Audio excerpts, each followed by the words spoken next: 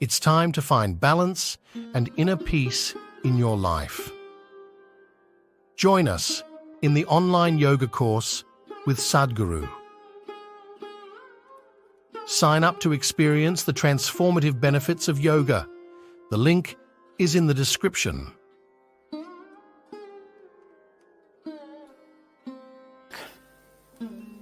That after much struggle within himself, when I said no to being a doctor, he said, okay, at least take up engineering.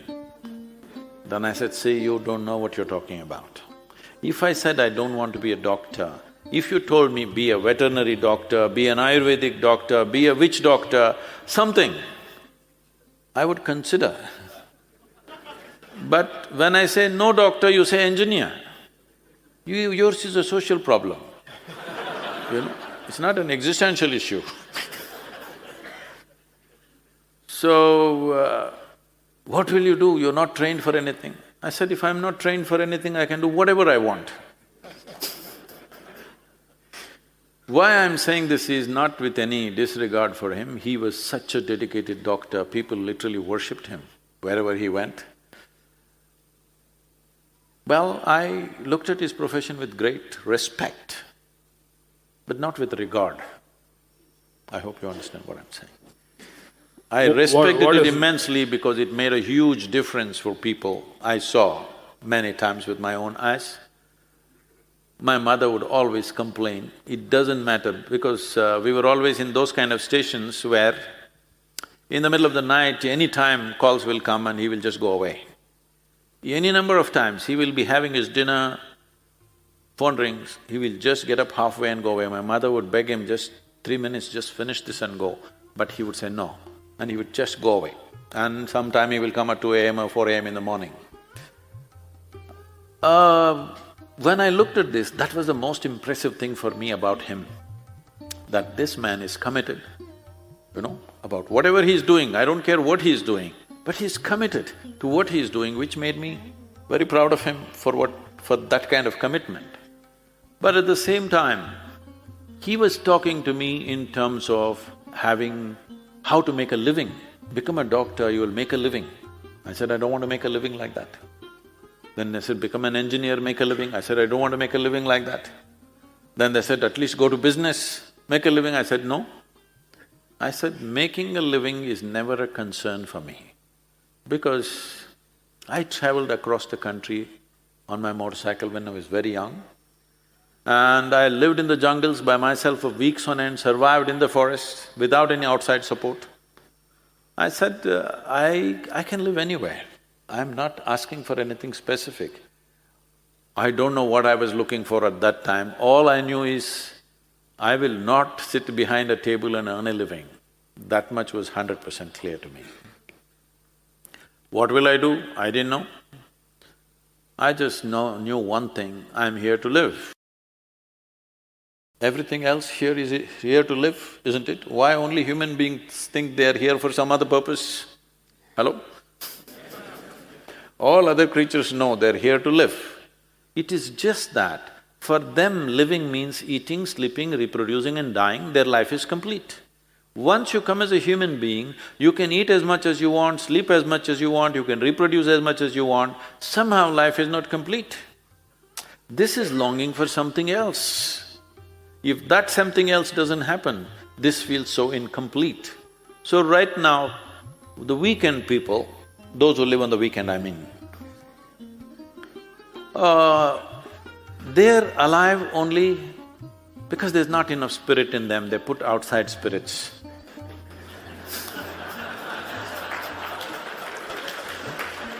I'm so loaded with spirit, I didn't need any outside infusion. Anybody who comes, do you put blood infusion into them? Only when they have lost. When they've lost blood, you do blood infusion, isn't it? So only when you have lost your spirit, you do spirit infusion. I'm fully drunk all the time, so it never occurred to me that I have to infuse something from outside. So, it doesn't matter. They need a break for some purpose, that is perfectly fine. But it's very important that you don't make this distinction, what is work and what is life. If what you're doing is not your life, please don't do it. What you're doing is life, isn't it? You're fixing somebody's bone, it must be your life. It is your life, isn't it? You spend more time with broken bones than with your family, yes or no? So, which is life? Why this is not life and that is life? This is also life, this is one dimension of life, that's another dimension of life. How to distribute time? The requirement may be different from different people. For an individual person, he may need that much break, another person needs less break. Well, every weekend if you are at home, maybe your family enjoys it. In another family, every weekend if you're home, maybe they don't want you there. We don't know what's the situation, I'm saying it varies from person to person, from situation to situation. So, it's very important that we understand that from the moment we are born till we fall dead, we are doing only life, life and life alone, nothing else but life. So one last question before… you'll be knowing that there is a lot of doctor bashing in the media. So there is… Oh, you also… I thought there's a lot of guru bashing happening. No, it's against the whole community. You're just telling the wrong guy. So, I mean, it's natural for the doctors in training to feel that they are spending huge hours, long hours, they are working hard. Maybe a perception, but definitely most of the doctors in training work harder. They give much more than this, but they are not earning the respect any more than what kept the doctors of the previous generation going. In this demanding… I mean, there is a discrepancy of expectation, an expectation gap, both from the doctors to the society and society to the doctor. How do you keep the passion going in these trying circumstances? See, there are many aspects to this. Let's first of all look at the times in which we exist.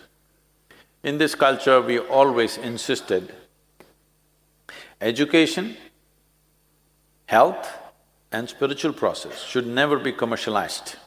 This has always been the norm. But we said this when these things used to be sponsored by a king or somebody. He sponsored the education, he sponsored the hospitals, he sponsored spiritual process. So, no charge for the people because it was sponsored by somebody. Those sponsors have disappeared in democratic societies. So everybody has to handle their own economics. And whether it comes from your pocket or my pocket, somebody is spending for every activity that happens in the world. So that goes for medicine too, particularly because of technology and of course, there are many gray areas. Technology costs. Diagnostics is costing more than the treatment today. But because of this, many things are being caught in time. Otherwise, most people will die without a diagnosis. People are always thinking there is more cancer today, definitely there may be, most probably. But I think it's also a question of diagnostics. It's also a question of people living longer. When people died early, of course they died healthy. Now when people are moving into 80s and 90s, of course they're having various issues. So, one aspect that's happened is medicine or health has become an expensive process. Modern medicine is a culprit in this, big time, because we have taken a complete turn towards it. We should have gone towards it selectively, where it is necessary, yes. Selectively means there is one norm we could have employed. I'm not saying this is a perfect norm, but we could have. There is, as you know, there are infectious diseases and chronic ailments. How we see this in the yogic way of seeing it is, infections are an invasion from outside. You have to wage a war against them. For that you need a doctor and medicine. Chronic ailments are something that we manufacture from within. For this, you need awareness, you need yoga, you need observation of what's happening in your system, of your lifestyle, how you sit, how you stand, how you breathe, everything you need to observe. If this distinction was made and we enforced it in every society, then medicine would not have been so expensive. In many ways, with vaccinations and various other things that we have done, largely infectious diseases are very small, isn't it? Today, most of the ailments are chronic, isn't it so? Self-made in a way. Chronic means it's coming from within us. When every cell in this body is geared and, programmed for health, why is it ill health happening? Obviously, we are doing something fundamentally wrong with life. In the yogic system, we are looking at it like this: if you keep this body in total ease, almost every chronic ailment that you have, it will handle by itself if you give that much space to it. Otherwise, if it is not in ease, how is it? It is in dis-ease, so it's a disease. But now, we are treating everything… we think… When I said this about psychological ailments, because you talked about media, the Bangalore media has been after me for last 1.5 years because I just said this: you are fundamentally responsible for your psychological well-being. Just this one sentence. They've been campaigning against me for last 1.5 years, so recently when I went, again it came up in some kind of a conversation. So I said, see, you were saying something more dramatic, but for example, millions of people have died of cardiac problems. Millions and millions have gone through cardiac surgeries. But today, doctors are busy telling everybody, if you don't eat red meat, if you exercise every day, if you do this, this and this, most probably you will not come to my surgery table. And it is so. Millions have not gone there simply because they're maintaining a responsible way of living in some way. So, their argument is that psychological ailments are medical problems, you cannot solve it by your responsibility. I'm saying if you behave irresponsibly, every one of you can go crazy right now. Yes or no? Every one of you can get sick within the next few days if you behave irresponsibly, yes or no? Is it possible or no? So, this should have happened. When modern medicine developed, we got little too overexcited about it. And we thought a doctor is a solution for everything. No, health is your fundamental responsibility. When it crosses a line, you seek some professional help. But daily health must be your business. Keeping yourself healthy must be 100% your business. Suppose you contract something else happened, either because of genetic reasons or congenital reasons or infections, something came, then the doctor should step in. But right now, doctor is there in your life from your childhood till you die. You will not be healthy, you will just be a patient. This is not a good way to go. So I think this distinction has to come. It is beginning to happen slowly. Doctors are looking at more holistic way of treating, but it's still a small movement. I think it should become a much larger movement. Then when that happens, then the expense of being healthy goes down. I think this animosity towards doctors will also go down. But you're just telling the wrong guy, because guru bashing is way bigger than doctor bashing. Endlessly. Just anything and everything that a man can do and cannot do, people accuse me of. So right now, we are… because I thought some idiot say something, what's the big deal? But it's picked up certain momentum. So, just today morning I was looking at it and we're putting this on our website. All the accusations that are going on for 27 years by, very motivated vested groups which are going on, obviously they're well-funded. So we're putting all those things on our own website, all the accusations and all the realities of what it is, endless things. I must tell you, this will be interesting for medical people. I have stolen over 7 million kidneys till now. You better have yourself checked up, one kidney may be missing right now. Like this, we have destroyed a whole rainforest, nobody knows where that rainforest is. We have killed over… people said, you have killed over 100 elephants. Then I said, see, it's a fact that I don't have a firearm, so I killed them with my bare hands. See, look at me, 100 elephants with my bare hands. In Tamil Nadu, in ancient Tamil culture, a real man means Aayirane konnavanu. This means one who has slain 1,000 elephants, he is a real man. I said, I'm getting there. So like this it goes on endlessly. So we are putting this out as slander without substance. Endlessly slander goes on. I don't think they would dare to go against you so much because they may have to come to you. With me, they go take much more liberties. So, Guru, would you have time for one or two questions? I'm okay, please. Anybody want to ask? Yes, Guru? Where are those young party people? They must ask a question. Sadhguru, you got a beautiful humor-laced talks. And I feel that humor is a very important element. Do you think that humor has to be there in medical profession as well? Or you have to be serious all the time?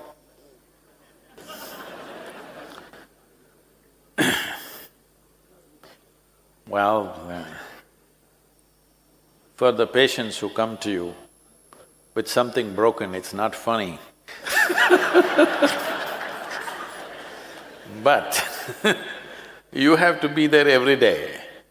So, you should not see anything funny about the patient, but you must see something funny about yourself. It'll be nice for you and the patient and for everybody.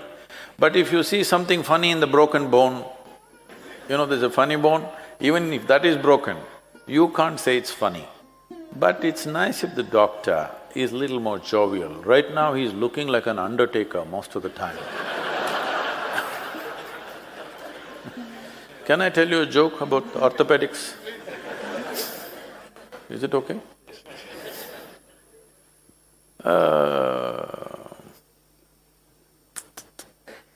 This happened.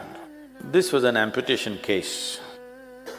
So the doctor did the job, and then after a few hours the patient regained consciousness. Those who conducted the surgery, they were all standing there, looking at the patient with some concern. When he opened his eyes and blinked, they said, we have some good news and some bad news. Which do you want first? He said, really? What is the bad news? Because I already lost a leg, what can be the bad news? More bad news. He said, see, this was a new nurse. We have a blue tag that needs to be put on the leg.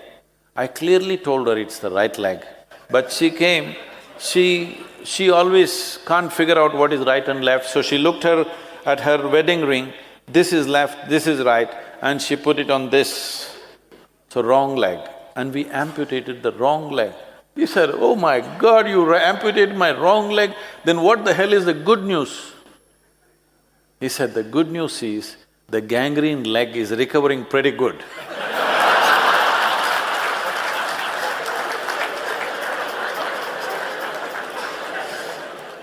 Hello, yes.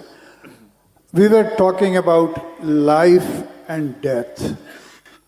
I would like you to go back to the days when our sages, they will still be present in the body, but will move out into the cosmos and maybe after some travel come back.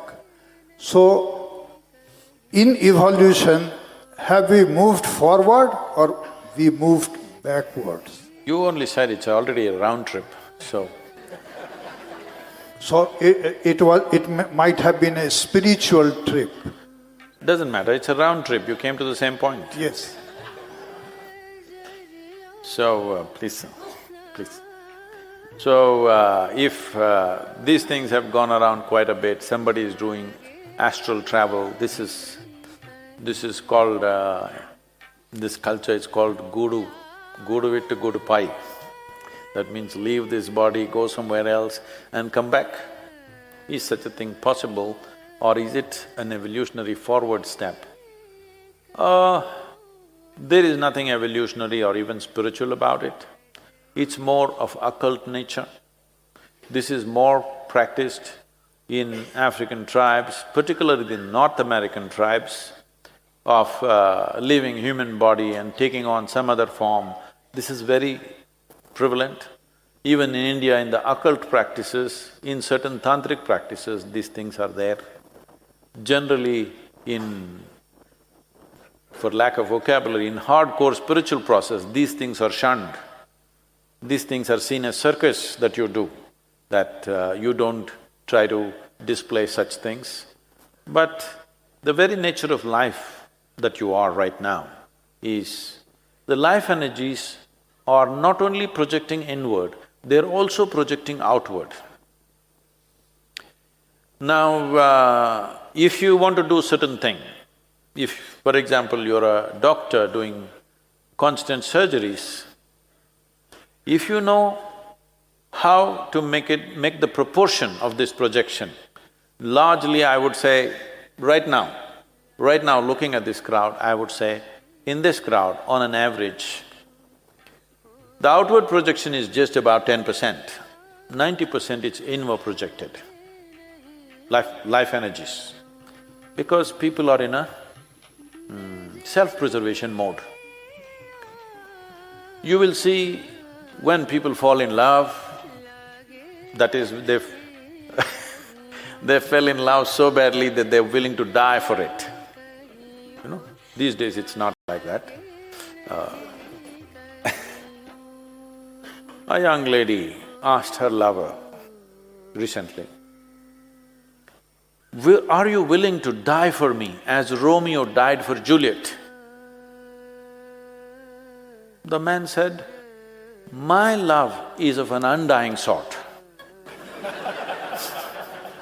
So, if you do something where your involvement is such that your involvement becomes bigger than your survival process, then the life energies naturally project outward. If you're not able to project your life energies outward, you will not do anything in the world which is significant in other people's experience. If you sit here, you can have 10% turned inward, 90% out. If you do this, you will see whatever the hell you do, people go phenomenally impressed. If you are 90% in, 10% out, whatever you may do great things, but still nobody will be impressed. So when you're doing your surgery, even if you can be 50% outwardly projected, it would make a big difference in the way you're doing the same thing. You may be trained, you may anyway do it right, but it'll make a huge difference. This is why always, like this business events that happen in the ashram, they're always asking me this, how Sadhguru? See, because in this, this is 37th year, in this 37 years, at any time in the world, at least anywhere between 250 to 300 inner engineering programs are going on any given day. In these 37 years, not a single program has been abandoned, not a single appointment I have been late to.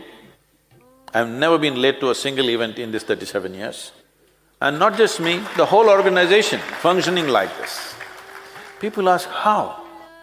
The important thing is, you have to keep your instinct of self-preservation out. There is an instinct of self-preservation, there is a longing to expand. If you hold on to instincts of self-preservation, you build walls around yourself. And these walls of self-preservation are also the walls of self-imprisonment. But If your longing to expand becomes the prime factor of your life, you will see your life energies are more outward projected. Particularly when you're treating your patients, if your life energies are outward projected, you will find phenomenal results with everything that you do. Whatever skills you have, they will multiply. If it's inward projected, it's a drag. No wonder you will be looking forward to the weekend. Sadhguru, I think is the last question. Sadhguru, are we all manufactured differently? No, can we be Einstein or… I mean, there is a difference between how we are born and what we are capable of. Is it possible that we can… have we be born as iPhone model 1 or iPhone model 2 or iPhone 10? Well, Albert Einstein that you mentioned, towards the end of his life, when he was asked if he's given a second chance, what would he like to be? He said, "I would rather be a plumber than be a physicist." Really? So, can I be an Einstein? Maybe not. Because, as I said earlier, when it comes to body and when it comes to mind, we are all different. No two human beings are equal. When it comes to external activity, no two human beings are equal. What I can do, you cannot do, what you can do, I cannot do, this is the way the world is and it's wonderful that way. But when it comes to inner possibilities, all of us are equally competent. Now he was talking about being blissful. Can everybody here be equally blissful or absolutely blissful? Yes, 100%. Can everybody here become a great surgeon or a great athlete or great something else in activity? No, it'll never happen, because that's different. So when it comes to physical competence and intellectual competence, we are all different. When it comes to inner dimensions, there is simply no difference. So I'm saying, what is at hand, exploit it first. First become blissful, then we see what the hell you can do. Even if you don't do anything, if you're just blissful, people will need you just for that, isn't it so? Hello? This is a simple thing. Those of you who have good reasons to be miserable, either because of media or these damn bones don't come together or whatever happens, people who find good reasons to be miserable, I'm asking you, if you were given a choice, would you like to live and work with joyful people or miserable people? I want you to please remember, everybody else is expecting the same thing. Thank you very much.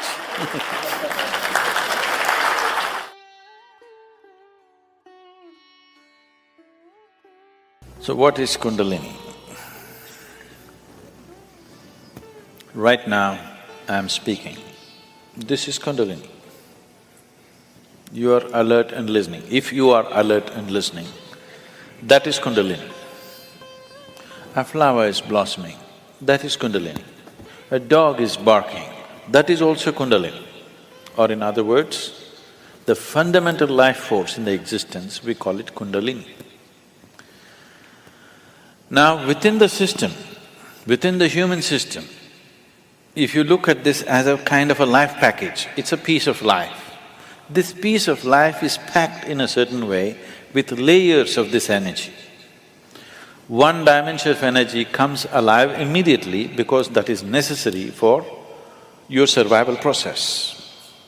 The other dimensions of energy will not come alive unless you do something about it. Unless you're aware of it and activate it in a certain way, they do not come into existence, they remain dormant. The dormant energy is way bigger than the energy that is in use right now. To take care of your survival process, to live a physical life completely, to live a complete physical and intellectual life, you need to activate only about 21 of your chakras. Out of this 114, if about 21 of them are on, you will live a complete life. You will not feel any inadequacy. You will live a complete physical life. There'll be no problem with your life. You will think you're a great success, but you're only 21. That is less than 21% out of 114. Less than 20%. At less than 20%, you will feel like a complete life without any inadequacies. The remaining percentage of life, what is it about?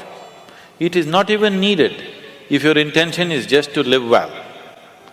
If you activate this dimension of energy, other dimensions of life will open up. One thing is, are you ready for those dimensions? The question is not about whether it's good or bad. The question is just about, are you ready for it? Because even if the best things in life come to your life, when you are not ready for it, it will not be a good thing for you. In your experience, it will not be a good thing if something came to you when you're not ready for it, isn't it so? Even if it's the greatest thing, it may be the greatest thing, but it came to you when you are not ready for it, then it is not a good thing, isn't it? So are you ready for it, is the first question. If you're ready for it, what can we do for it? What can we do to activate? There are various ways of doing this, many ways, but the Kundalini Yoga, are people familiar with Kundalini Yoga, practicing or… okay. Kundalini Yoga, I'm not making a comment about anybody, okay? Kundalini Yoga in its essence is the most dangerous form of yoga. I'm saying dangerous because it's the most potent also. What is most potent is always the most dangerous, if improperly handled.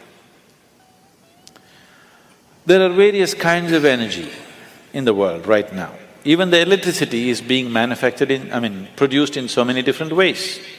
One of the ways that we do it is through nuclear reactions, nuclear reactors rather. It is the most efficient way of producing energy that we know right now, but it is also the most dangerous way, isn't it? When things go wrong, they go seriously wrong. When they're going right, it is the easiest and the best way to produce energy on the planet is nuclear energy actually. But when it goes bad really bad, like in ways that you can't fix it. So similarly with Kundalini Yoga, it is the most potent and it is the most dangerous. Without the necessary preparation and guidance, without expert guidance, constant guidance and observation, nobody should ever attempt it. But the problem is, books have been written about it and everybody wants to do the highest yoga. Nobody wants to start with A, everybody wants to start the alphabet with Z. This attitude itself is dangerous. What can be a life-transforming force can become a life-destructive force simply because without the necessary commitment and dedication and focus and understanding, it is being handled. Anyway, about rising the Kundalini. If the Kundalini rises, the dimensions of your life will change so rapidly that you must be willing to make the outside adjustments equally quick. Otherwise, things will fall apart in a big way.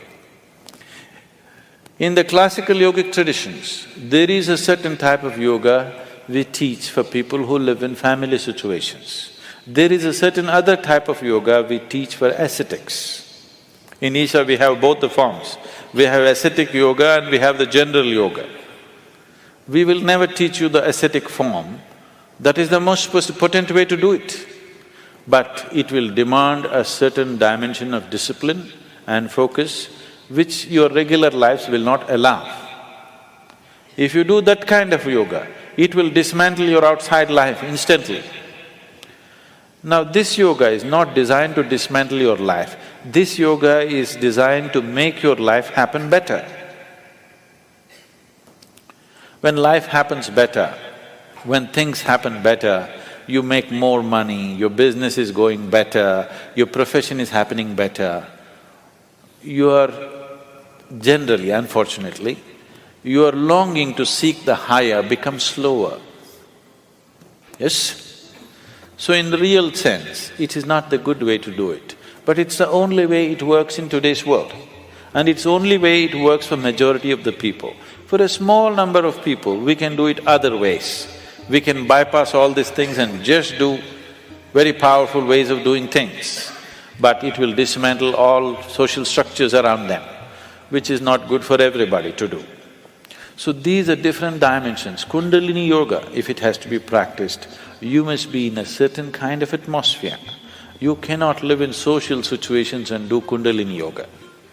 Otherwise, in the name of Kundalini Yoga, you're doing something simplistic. Otherwise, Kundalini Yoga can transform the way you are within days.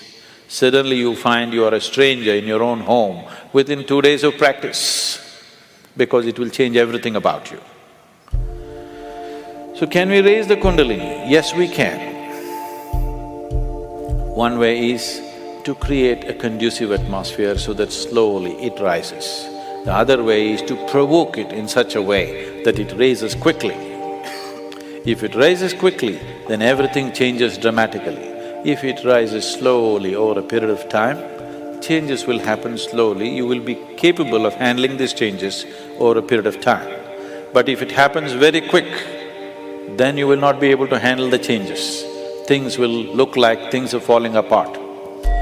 So there are different ways of doing this. How many ways? There are too many ways. I will not go into how many ways. There are so many ways of doing it. Essentially, there are 112 ways of doing it. There are 112 ways in which you can take this up. From the base to… Oh, for this you have to know the structure, otherwise it'll become very elaborate.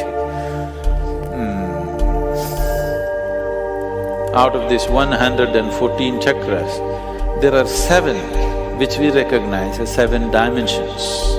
Out of this, 6 are within the body, 1 just outside the physical body.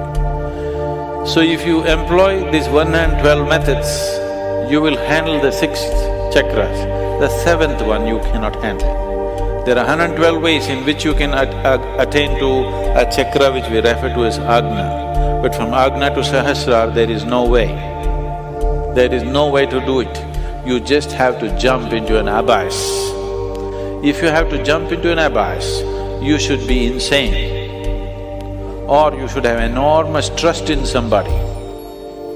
Somebody says jump, and you are jumping because you have such a deep trust in somebody that when he says jump, it has to be good for you. You simply jump into a bottomless pit.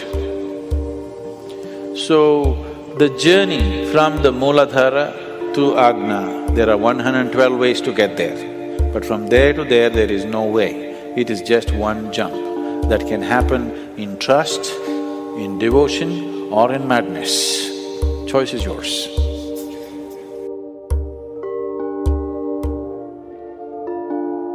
We hope this video has been a source of inspiration for you. Be sure to check out our other content and share your wisdom with the world.